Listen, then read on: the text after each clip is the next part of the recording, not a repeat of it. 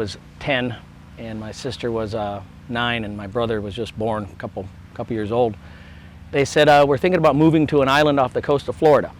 The first thing I did was run to my room. I couldn't Google it back then, so I got the globe out and they said the west coast of Florida, and I found where I thought Sanibel Island would be, and that was the first time I heard we might go. And then finally the decision was made in July of '72 that we were going to move, and we got here in August of '72. My dad was the executive director of the Metropolitan Builders Association of Milwaukee, and my mom hated the cold. So she was really the driving force behind the decision to come to Sanibel. And my dad was working for a couple of gentlemen that had bought property on the island, and they needed somebody to run the project, and it was one of the first condominium developments on the island. And that's basically how we got down here. So he said, yep, to my mom, said, okay, we can do it. And us kids were young enough that it didn't affect us that much, and I didn't know what I was going to get myself into, but when I got here, I said, this isn't too bad.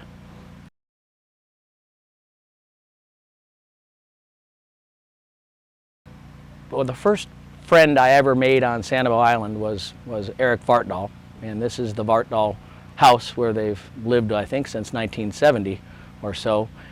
My mom and dad made sure that I found some friends quickly, and they found out there was a family from Minnesota that had moved down a couple of years before, and they said they've got a son named Eric and a son named Brett that was about my age, and so probably we got down here in August of '72, and within the first few days I was over here playing with Eric and Brett and meeting them for the first time. And this is special because it was the first taste of the life that I was about to lead. You know, the boat, the canal, the access to the water, and Eric taught me everything I knew or needed to know about fishing and fish, and I couldn't stand fish at the time, but he taught me how to eat it, and he was just excellent at all those things.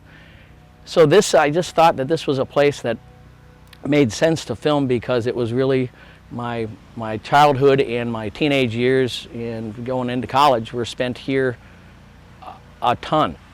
Now, I also, first time I ever got here to the house, I was walking along the canal and Eric was throwing a cast net, and I couldn't understand what these fish were doing jumping out of the water. And he said, well, those are mullet. And he was laughing at me because I would jump each time a fish would jump. But that was just those little things that an island life brings you that you didn't know about when you're just a little Wisconsin boy. And thank goodness I had my buddies Eric and Brett to show me the way, because I was a pretty ignorant northerner, that's for sure. So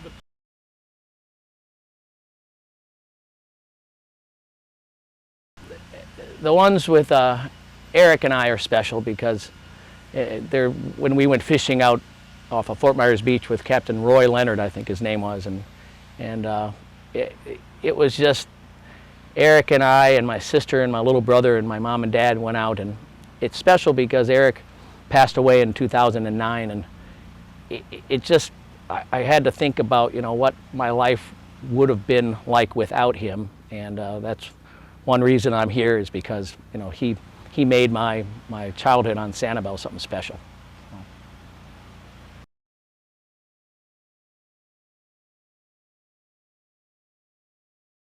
They had an airstrip that small planes would fly in off of Cassiabel Road.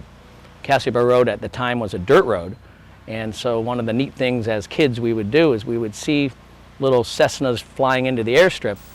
Yeah, my job at the resort was really to take people's luggage into their units, and I was a garbage hauler, and one time I took this gentleman's luggage in after he had flown in on the airstrip, and you know, he was reaching in his wallet and he had no money, and he said, I tell you what, how about for your tip, I take you up in the airplane because I want to practice landing on this little runway again.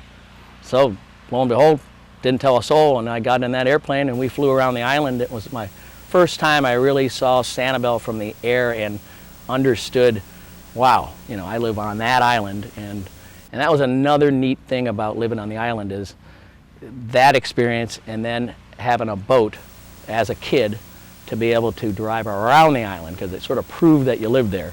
And Eric Vartdal had a boat, a little 10-footer with a 3-horsepower engine on it that we used when we were 11, 12 years old, and then I got a boat when I was 13, and those were our cars until we got cars, and we used them just like cars. We would take off and go to Little Shell Island for hamburgers or Cabbage Key, the parents back then, they thought it was nothing. And CB radios were getting big then, so we would communicate with our parents by CB and tell them where we were, and that was no problem at all. So we camped and swam and fished and boated and inner tubed and jet skied and water skied, and that was our growing up.